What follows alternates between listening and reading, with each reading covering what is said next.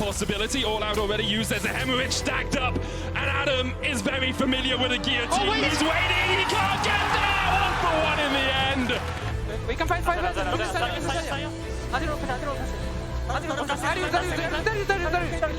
I just tanked him. You kill him.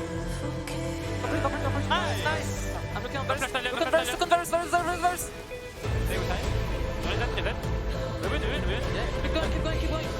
Good. Noxian guillotine comes down. Adam doesn't get the reset and is knocked back with a great seismic shove from Humanoid, and now Labrov and Sheo do not have the damage to stop Fnatic. Fnatic dispose of one of BDS's match points and are right back in this series. And one can't help but wonder if that missed Adam Noxian guillotine at the beginning started to spell disaster for the rest of the series. I don't know. I'm probably being overdramatic, but with GB reminding me of the reverse sweep that they suffered at the hands of Mad Lions last spring. Yeah, no, I'm reading too much into it. No, yeah, I don't know if my arm on, but essentially... I can't, no, your mic is not on. No, yeah, okay. FN, now it's on. Do you want to speak into my chest? No, essentially what I think is really crucial for this roster of BDS is the fact what really kept happening since last spring was that every time they got broken down, their mentality would completely crumble on BDS. So what is really important to see now from BDS as a team is that that's no longer a problem and they can still keep up with this and have the match point available to them. Okay, Ash, your earpiece doesn't want to stay in your ear. For me, is it? I mean, I think right now as BDS you don't feel that bad because you know you go back on the blue side, you know you have the Talia first pick threats, and you kind of know the enemy will probably ban Talia, so you still kind of dictate the draft. You can kind of do whatever you want. We'll talk about the draft later. Let's talk about the current draft now. Eragon, we saw adaptations coming out of Fnatic finally. What to you were the key adaptations that you saw even before the game began? I think the biggest thing to me is that Razork actually has things to play through. Like, he doesn't have to just play Maokai, sit back, defend dives, and full clear. He can actually invade using priorities with champions like the Talia into the Azir, who gets priority for a very long time, and invade respawn camps continuously. And we saw it happen over and over again. It's really nice to see because this is something that they did throughout the entirety of the regular split. Yeah, you have some replays that you want to show in that regard as well. We'll get them up in just a second. But in terms of Razork, who was considered widely as the best jungler coming out of winter, right? There was a lot of consternation about him being the first in All-Pro or Yike, etc. But that is really someone that has to be activated, Eragon. Yeah, no, and you can see in this clip, he just can invade consistently, and this is partially due to the disaster that was BDS's early game, where Darius lost all the sums and inevitably then lost priority afterwards into the Cassante. They can just continuously invade, and there's almost a one-shot here onto Sheo with the base damages from the Volibear and the Cassante, and yeah, the invades just were a really good look for Fnatic. I think it's just something we've really lacked from Fnatic. You know, I called them a dumpster fire in the post game of game 2 here, but it's also just because we hadn't seen any one of them show up at all, and it's specifically a guy like Razork who's had so much support and obviously credit for how well he's done this split. You expect more. You expect to see these things from him. He was supposed to be the best jungler we have right now, and he's finally showing it in this game 3 where it really matters. It does. So Razork is feeling a lot better after that one. I think the whole team had a phenomenal performance. Humanoid finally woke up as well. You know, he really does play his best when his back is completely against the wall, Finn. But as you were starting to say, what have you seen in kind of this draft that makes you think, and also in the play of Fnatic, that they can replicate it, knowing that most likely they won't find themselves again on the blue side? Yeah, I mean, what I assumed to be happening is that BDS is going to take the blue side from them, and then they're going to first pick Talia if it's open. It's confirmed, they will be on. Yeah, they will be on the blue side. What I want to see Fnatic do this time is either they ban the Talia, or they give the Talia and they draft the Ari and the skirmish heavy jungler into it, so you kind of don't lock yourself in this position where you're playing a Zero and a tank. Because the Talia is going to rush Mark's Lamont, and then it's just going to be unkillable every single time the jungler shows up. Did you say Mark Lamont? Mercury Fritz, yeah. Oh, I thought I said get Mark Lamont. I thought I said get Mark Lamonted, and then I was like, what is he going to cancel it? Like, what is he talking about? No, it's not cancelled. Nothing is cancelled here. The only thing that's cancelled is the Talia, because I think she's going to be banned. Okay, we have our drafts here behind us. I completely agree, and I think like you see it already, the tendency that's coming through, right? It's all the first picks of the Talia as well, but what I think has really been an important factor too has been these sires, but also also the way that they've currently been dealt with in the most recent draft we had with the Xayah coming to Aurelion 2. Fnatic has taken away the Seri, so it's so much easier for them to say, well, we'll just go back to what used to work against the Xayah, which was originally the Varus as well coming through. So it's just been looking insanely good for them here as well. Oh, sorry, I wanted to draw a heart, but it's only circles. Ignore I mean, I me. can get you a heart if you want me to. Okay. But anyways, like, it's just the fact that it's been looking really clear-cut what champions have been coming through in general, right? We see the Xayahs again and again, we see the Talias. It's these champions that either one, let you have early game proactivity. So that's a term you need to remember. Whatever gives them this proactivity makes them work for them. And two, self-peel for an AD carry. Something that lets either AD carry have enough space for themselves to out-team fight the enemy opponent. Because some of these fights in this game did come down to hand diff. Yeah, and I have to say, I think BDS can be actually relatively happy with the draft. I know Talia was really big this game, but their early game was meant to be bridged through the Darius and topside. And losing those summoners early meant that they just really had nowhere to play through. So they had to pray that they could scale up and get through that early game. So I think that if they ran it back, I wouldn't be too surprised. It was a bit of a stinker by Adam, for sure. Yeah. He won't want to have that happen again. Now BDS is back on blue, and all 3 games that have been won in these series have been on the blue side. You do start to wonder, of course, as we get into this draft about Fnatic. You know, we know they're a very emotional team, etc. We've heard it from many of the members on the team, but that coin also flips the other way, meaning once you start winning, once you get the momentum, maybe we see a different Fnatic. Yeah, I would really love them to see it to angle into these river fights, because I feel like the fights right now aren't happening front to back. There's a lot of angles. You can see Labrov always looking for a flank. You can see Talia's coming from angles to the walls. And I think if you can angle in for these fights with like more Aries and more Vi's, Xin Shao's, anything that come from multiple angles, and don't just autopilot into these front-to-back fights. I would love that in the drafts. Yeah, that's a great point. So let's see if that happens in the draft. Well, Talia already taken away, so we were talking about that priority too. So you're not going to see that first pick come through, which is kind of been the tendency of the series so far, right? Yeah, what is open now is actually the Orianna that was banned every other game. By removing the Orianna ban, they give themselves the Talia ban, right? So that is a trade-off that they're doing. So will BDS actually first pick the Orianna, or was the Orianna ban a fluke all along? I wonder if Ashe will be banned here as well. That's been banned every single game of the series, and they've been banning it against Fnatic too. So if this goes through, we might see something like the Varus Ashe, which is also open. Yeah.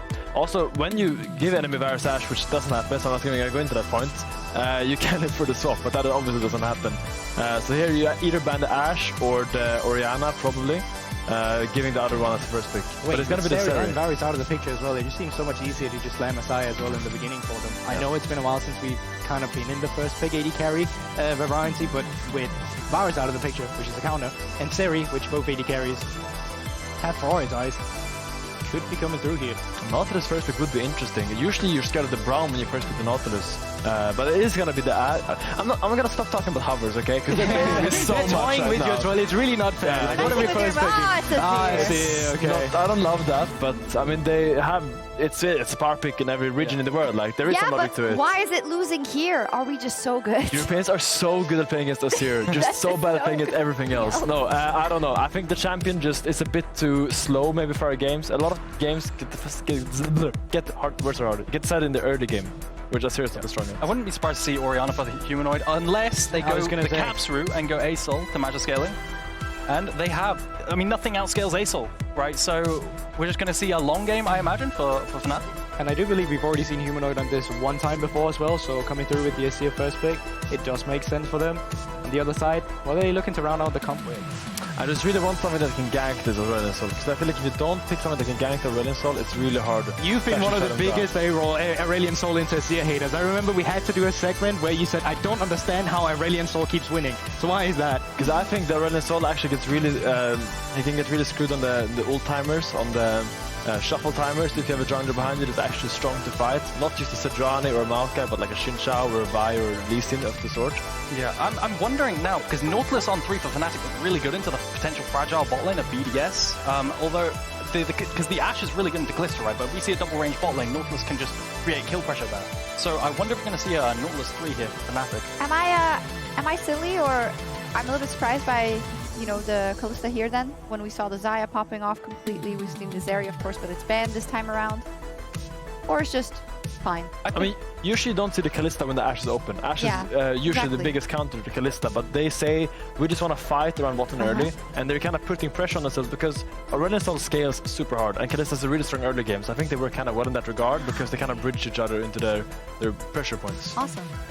Jax Flex coming out. This is something we see all the time now in the LPL, LEC. They've loved it, and it's really good into the Xin Zhao in terms of the isolated 1v1. So, hey, usually don't even see the Flex anymore. There's very few Jax stops these days. Most of the time when you see Xincha or Viego just match it with a Jax, he kind of wins the 1v1 on River at every single point of the game, and he's just a strong skirmish-heavy jungler. I mean, if you're a Fnatic fan, this is exactly what you want to see from Razork. We've already seen him pull out Jax into Xin Zhao multiple times before, and if you want to see Razork in the enemy jungle where we find him it most comfortable to see Razork going for these skirmishes, this is exactly what you're looking for. Yeah. Go ahead. Okay, sorry. I was going to say that the Olaf blind kind of tells me that they actually want to pick top lane on 4 and last pick support for Jun. Because I think when they have this Kalista, they really want to prioritize that they have a really strong bot lane matchup. So by banning Olaf kind of shows that, okay, they're looking for either a Rek'Sai or a Xante pick on 4 here is what I would most likely imagine. Yeah, I think Nautilus lockdown into the Kalista could be good. I think there's this whole dynamic right now. If they pick Naut, then there's potential for like Ashe Braum as well, which is kind of scary. So maybe not that angle for Fnatic. But I do think the lockdown into Kalista is imperative, as well as the flight from Aesol. Yeah, I mean, in general, I think we might see a Naut, but you can also make the argument that a Braum on 5 could be very, very scary if you pick Naut yourself. So we'll have to see what the banner, because most likely Oscar will get a tank on 4, because both Xante and Rek'Sai are open. Exactly. Yeah, it's looking like Xante set up bans once again with the Zac, with the Olaf. That's what we saw, so completely agree. Yeah. We will see what they go for here. It is the Xante on 4. What a surprise. Or a Rek'Sai on 4. They're the same champion. They're the same champion. They're so interchangeable. It actually doesn't matter. It is a tank on 4 that we're getting here. I think that's what we're looking at. He's just looking for his book. Xante, Rek'Sai. Which one do I want? The question is, do you think we run it back with one of the Darius, one of these champions, if you saw, and you were facing Adam? Do you think he'd? I guess you're thinking I don't make the same mistake twice if you're Adam, right? Yeah. I mean, there's a lot of picks you can play here. I mean, I'm happy they banned the Olaf because I think the Olaf would be terrifying to play against. Maybe we'll see the Garen. You can also see a Gnar coming in. Gnar is pretty good against your champions. They're very short range, and you have a lot of long range in this here. Do you think Adam would play Gnar here? I think he has in the past, but, you know, I feel like he defaults more back to comfort. So there's the Nautilus. The thing what happens is when you blind Xante, the draft becomes your oyster. You can actually pick whatever you want, and you will have a lot of fine matchups no matter what you pick, so you kind of pick whatever you're most comfortable on for the game.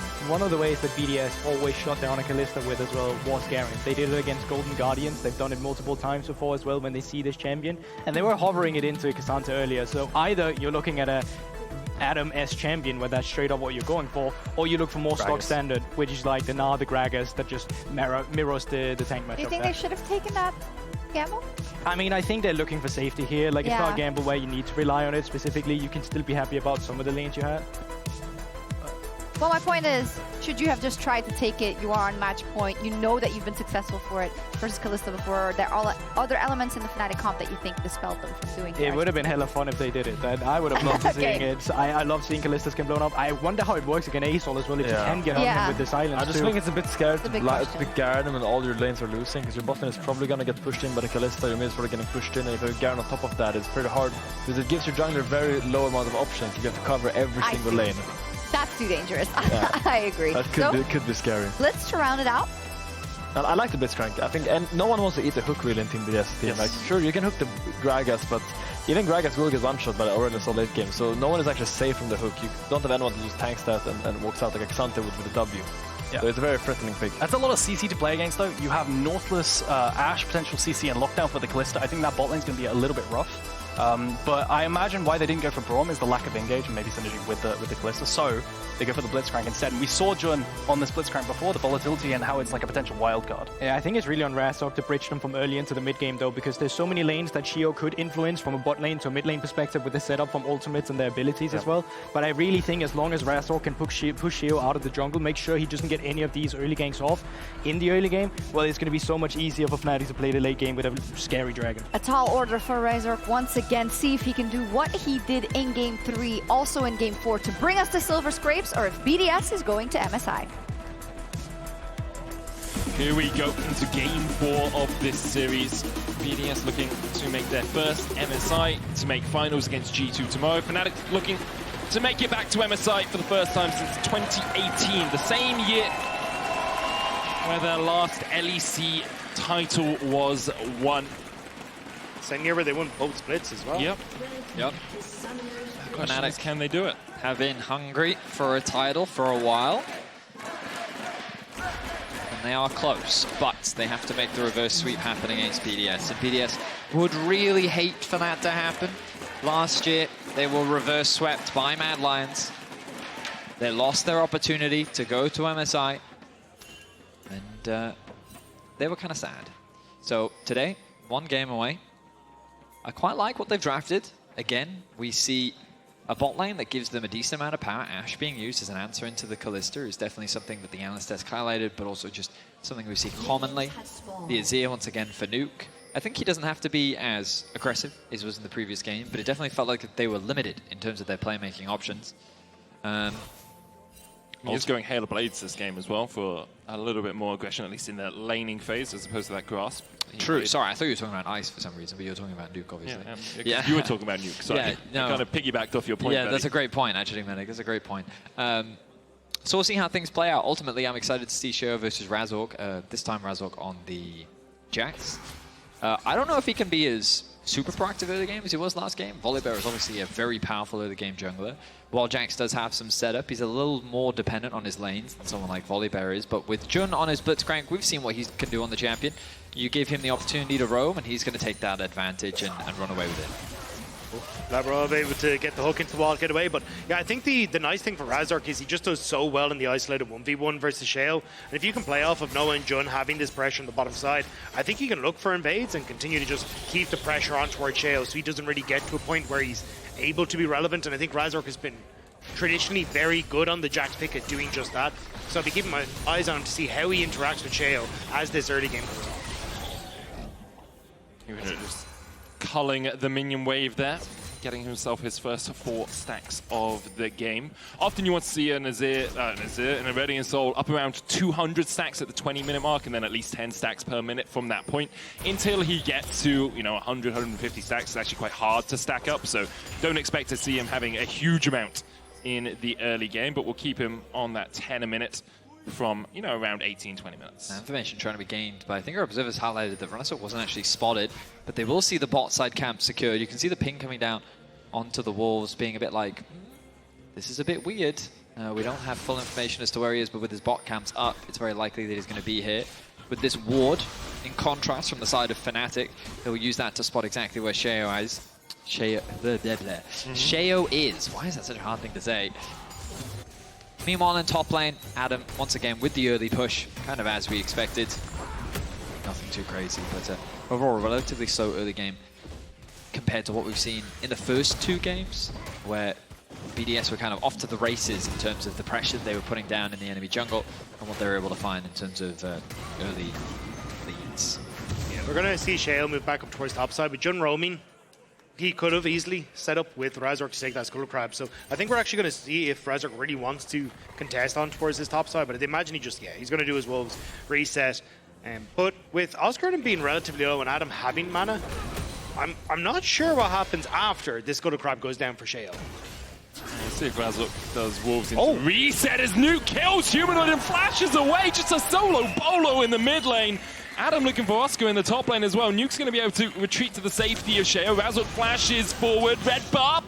Counter-strike dodge to the side. There's the knock-up as well. Razork no flash. Looking to get in range for another leap strike. Gets there in time. An answering kill as Adam starts to work his way down from the top lane. Razork has nowhere to go and will eventually be killed off by Sheo. 2 for 1 in the total exchange. Sheo had to commit the flash at the end there because he was worried about the counter-strike coming back up, and if it had, then there's a way in which Razork can potentially escape. Removes that possibility, but great stuff from Nuke, starting that whole playoff by getting a solo kill onto Humanoid. Yeah, Humanoid just taking that step immediately in and gets killed, and then the hook on your tower! The minions are tanking this though. Labrov gonna slowly walk away from the turret range, then get the auto down onto Jun. Noah flashing forward. There's a bunch of spears in the back of that Nautilus. He doesn't manage to get away as Ice tries to trade back in with the Ranger's focus. Noah able to dash away. Jun escaping as well. Summoners burnt on either side. Labrov getting hooked immediately gives that pressure to Noah and Jun because he just can't trade back with the tower in the way.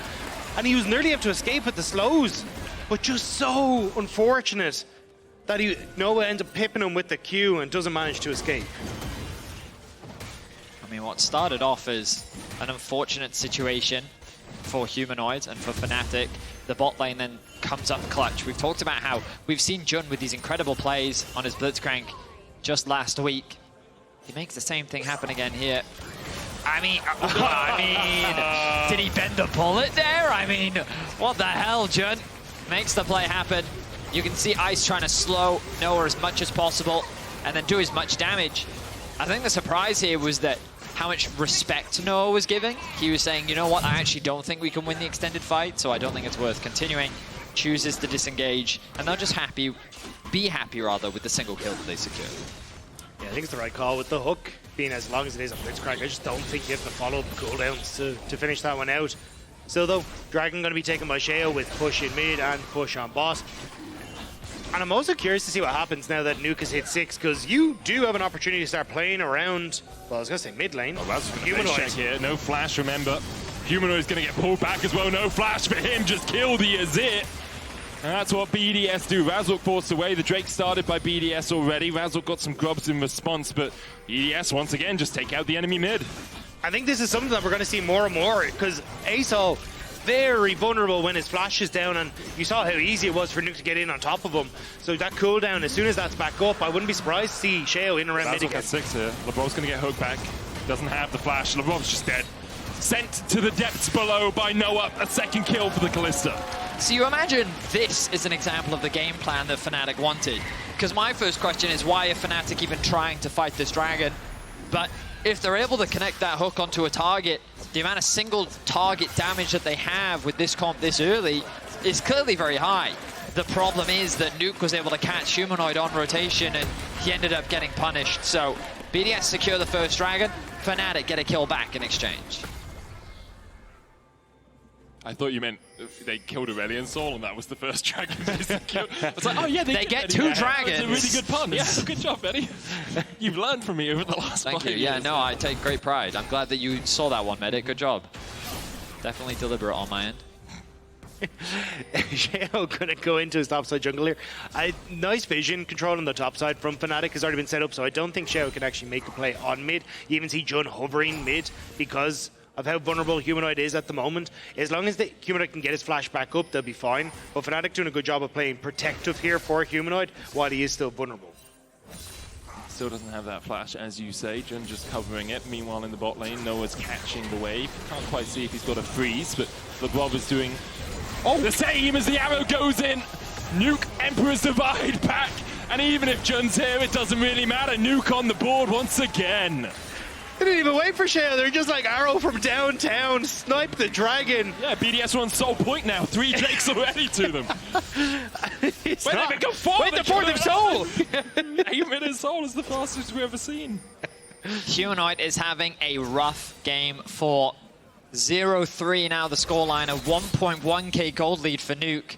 We already talked earlier about how Nuke has kind of been getting the better of Humanoid in this series. And while Game 3 definitely looked better for Humanoids, this is a scary situation for Fnatic to find themselves in. It's not the first time we've seen Humanoid be on the business end of a solo kill either, but great arrow and just no respect from it. This is something that we see so often with the Ashe supports.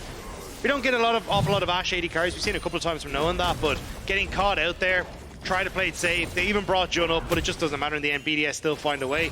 And now that early game control that Fnatic had in Game 3 that set them up so perfectly to win that game, it's kind of gone astray, and it feels like it's fallen very quickly into the hands of Noah to step up for Fnatic and be the one to carry them with the 2 kills he has, especially if you can get a bit more of these turret plates. But losing mid control just makes it hard to play bot lane as aggressive as you want.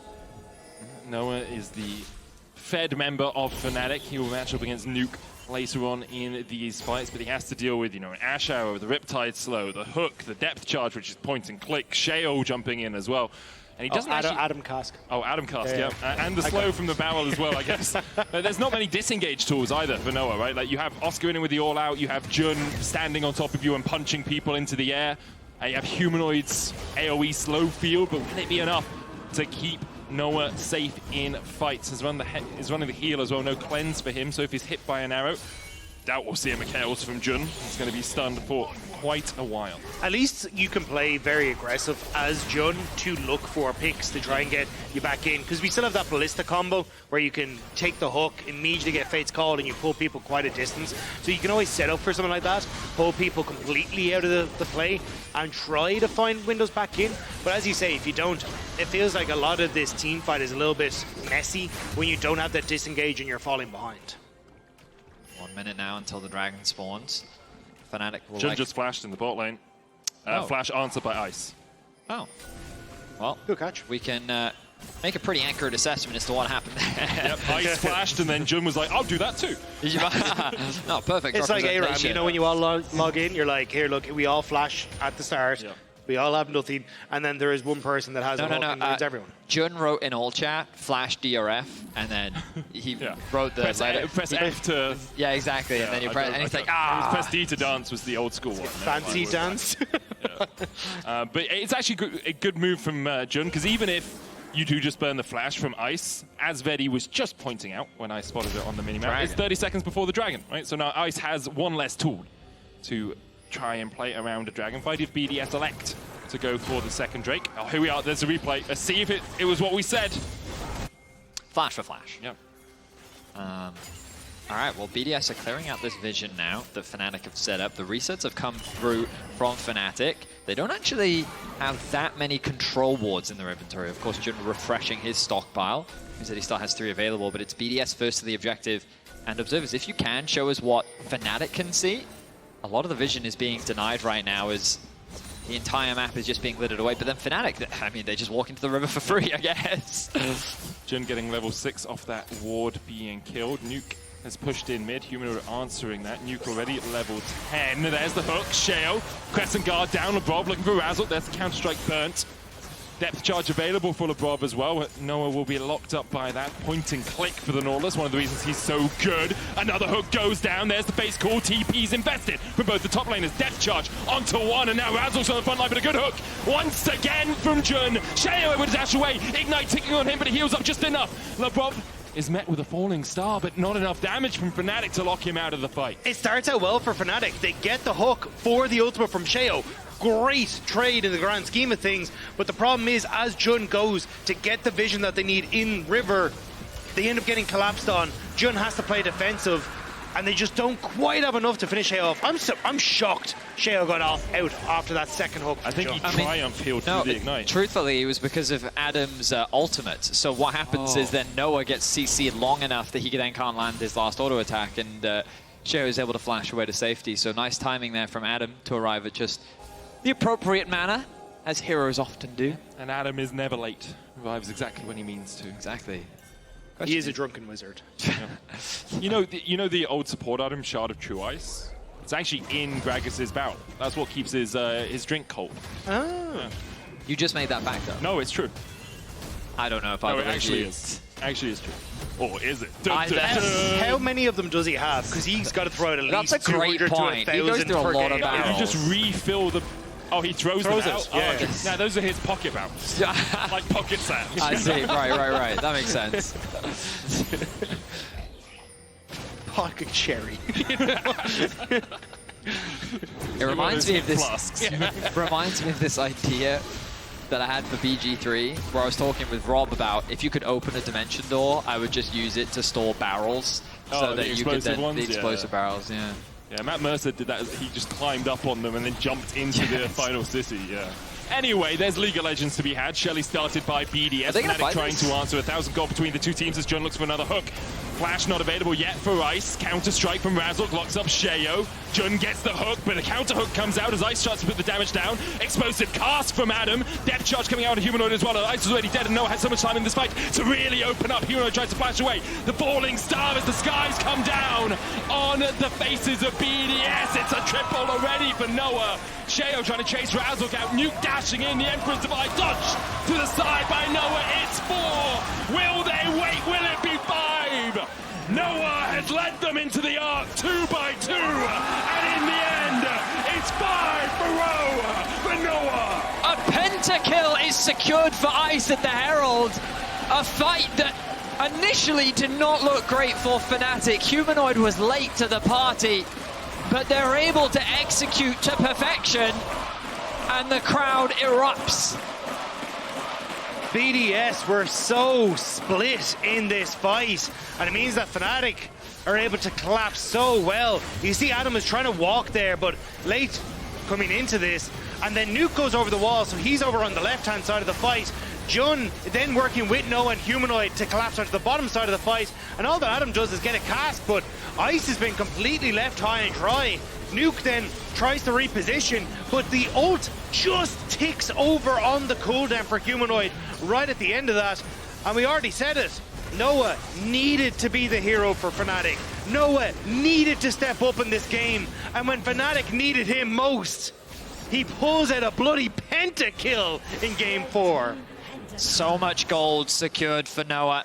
I'm curious as to what his items are going to look like now. A cheeky little smile, but he knows that the job is still at hand. Returns to focus and is looking to bring Fnatic to a Game 5. 7-0-0. Blade of the Ruin King completed. Still working on that second item though, but you can see a 2.4k gold advantage.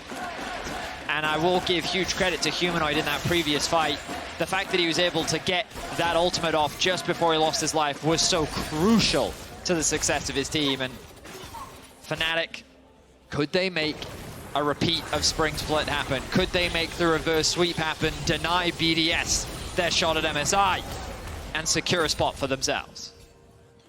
And that's the question that's going to be running through all the BDS players' minds. Only Ice different on this roster from that five-man squad that was knocked down by MBK last year. Fnatic, a new look lineup since 2018, of course, has changed a few faces over the years, but are looking to make their way back to MSI for the first time in 6 years. It is going to be a fight that Fnatic still have to keep going though. 30 seconds until the Dragon. Noah, second item completed. He is huge. If he is left untouched, he will carry this fight. And Fnatic know it. They're just trying to get control so they can actually have a fight that favors him. But he has a target on his back, and BDS, they will use everything in their power to get onto him. No flash for him, does have the heal, has Jun on the front line as well as Labrov steps forward. Hook back, Labrov already low, Dredgeline not able to escape, and Humanoid starts to fly in. The skies come down once again. The fates call, luck up on Sheo, Crescent Guard enough to get him out, but Fnatic have got what they wanted. They burn the ult out of Sheo, they get Labrov, and they will get the Drake and stop the stacking from BDS. I mean, objective secured. Fnatic find themselves an initial pick. Labrov not as tanky as he would like to be. Jun making the plays happen for his team. 8-0, the scoreline now for Noah. The biggest carry threat with the Rage Blade finished as well. Only a 2k, well, what, 3k gold leads? Quite surprising considering the position that Fnatic find themselves in. But BDS still have some options to potentially turn this game around. It'll ultimately come down to if they can shut Noah down, really. Can Adam find another nice barrel like he did earlier in this series? I mean, importantly for Fnatic, Humanoid has started to stack up as well. 207 stacks now on the Aurelion Sol. He fell massively behind in the early game, remember? 0-3-0. Nuke, the Fed carry for BDS, has almost got his Rabadons complete, but hasn't been able to influence the fights in the same way that Noah has over the last couple of minutes. We have 4 minutes on the next Drake, a minute on the Baron. Obviously, Kalista gives you a stronger Baron secure, usually, although we have seen that messed up by teams in the past. Sheo puts the Rift Herald down. Noah's going to answer this. Labrov is looking. It's cleared out the vision. Sheo charges forward. Nuke here as well, and BDS will just take the tier 1 in mid. Yeah, they can see Humanoid was on the bottom side, so no, there's not going to be any funny business coming through from Fnatic. Yeah, there is. Sheo's driving. Where is he driving it? Backwards. It gets him to safety. You know, if someone was coming in, I'm out, you know? I mean, that's the second time now I've raised some question marks around Sheo's. He did hit the first tower, though. So. No, I understand that. Hang on, Sheo. Oh. Doesn't realize the Fnatic are in the bush. There he does! Jun lands a hook. Crescent Guard again from Sheo. Adam trying to come in from the side here as well. Dredgeline knocked away by the explosive cask. I think that might have connected from Labrov, if not for Adam's ultimate. Probably for the better. If Humanoid had joined the fight, it would have been a dire situation for BDS. The first tower for Fnatic finally secured. large reason as to why the gold is likely still relatively close. BDS unlocking both mid and top. Puts them in a great position overall still. The Dragon spawns in 3 minutes time. Baron, of course, on the cards. You imagine that the game is likely to slow down at this point as both teams work towards their next crucial item, ready for a big fight around the Dragon. But I believe that BDS could afford to give away the next Dragon if they don't feel strong enough to fight. We can see a number of components in their inventory getting closer and closer to those upgrades, but still quite a ways away from Noah and Humanoid in terms of the power that they have. You've got 2 minutes, though, until realistically you have to try and fight a Dragon. So there's a lot of members of Fnatic on this top side. I wasn't sure how aggressive they want to try and play on towards Nuke, and you can see BDS kind of think of the same here. Labrov dredge lines away. Adam's pushing in the bot wave. Fnatic have set up around mid. Hang on a minute. Caught, dredge lined in. Razork was able to dodge to the side of it, and Labrov, he just hooked himself into his death, and following up, Nuke hooked back by Jun. Oscarinin being chased out by Adam and Ice, but Fnatic could just look to the Baron if they so desire. Great positioning by Fnatic. So they threaten the dive on top, which draws multiple members of BDS to the top side. And Fnatic go great. That's left your mid lane completely vulnerable. So as BDS try to reconnect in the mid lane, they attack, they pounce, they find the pick onto Nuke, and they net themselves a Dragon off the back of it. A Baron, in fact. Including that. I mean, BDS are kind of stumbling here. They're not prepared for the picks that Fnatic are finding. They're going to get another tower, and this is looking very likely that we're getting a game 5. BDS will try to cross map, but a hook comes through from Labrov. I'm not sure if he was expecting Jax to be in the brush, but he gets melted by the Aurelion Sol. A fantastic flash hook comes from Jun. Nuke tries to flash away, but he misplaces it. Frustration on the face of the mid laner from BDS. As a Baron now secured 22 minutes in. 4K is the goal lead. A Dragon 1 minute away, but I think Fnatic need to focus on unlocking these towers. Yeah, they just get to extend this gold lead even further. Next wave coming in, they should be able to group with Noah, maybe look for a pick. Actually, Labrov is going to give it to them. 0-6-3, dredge lines away, but the chase is on, and with Rylai's, Humanoid can just take its time. Oh, wait, Labrov falls to the breath of light from Humanoid. The chase continues in the top lane. Nuke TPing out, will escape. And now they're setting up a top lane push. They secure the mid tower as well. Fnatic are starting to siege on multiple fronts. Nuke is actually TP'd to bot lane. Oh my god! Oh, it's disgusting! It's just dirty! From Fnatic, hook after hook. It can't happen again. It can't be happening again. Someone needs to check Jun PC, because I don't know, man. That is not normally, man. Not normally. Really nice hooks from Jun once again. And like, Nuke was so far ahead, and now he just dies. Now he just dies. Just gets swallowed up by the black hole. And perhaps the player on stage hoping that would happen as well. I mean, just like that, the game is crumbling for BDS. What were 2 convincing games from them, it feels like that Fnatic have completely swung the momentum. A pentakill from Noah has revitalized this Fnatic roster. They're going to get another Dragon. I think they're going to stop the siege for now. The damage has been done. It's a 5k gold Baron power play for Fnatic. And BDS, it's not only the fact that they're getting picked apart, you can see that they are falling apart individually as well. Nuke getting caught in the side lane. When you need to try and bring it back for a game 5, these are the mistakes that are only going to dig the mentality deeper of, we've really screwed up. And Fnatic, they know that they've got BDS by the throat, and they just want to close this game out as quickly as possible. 3.5k the lead for Noah. He has a Terminus, and things are looking terminal for BDS, at least in this game. Last year it was Mad Lions that kept them away from the Spring International. From MSI, the skies come down. And what can you do in the face of cosmic might from Fnatic? A stun from Razork. Strike finds it. No, Oscar takes it. And Humanoid will get another. A triple for him.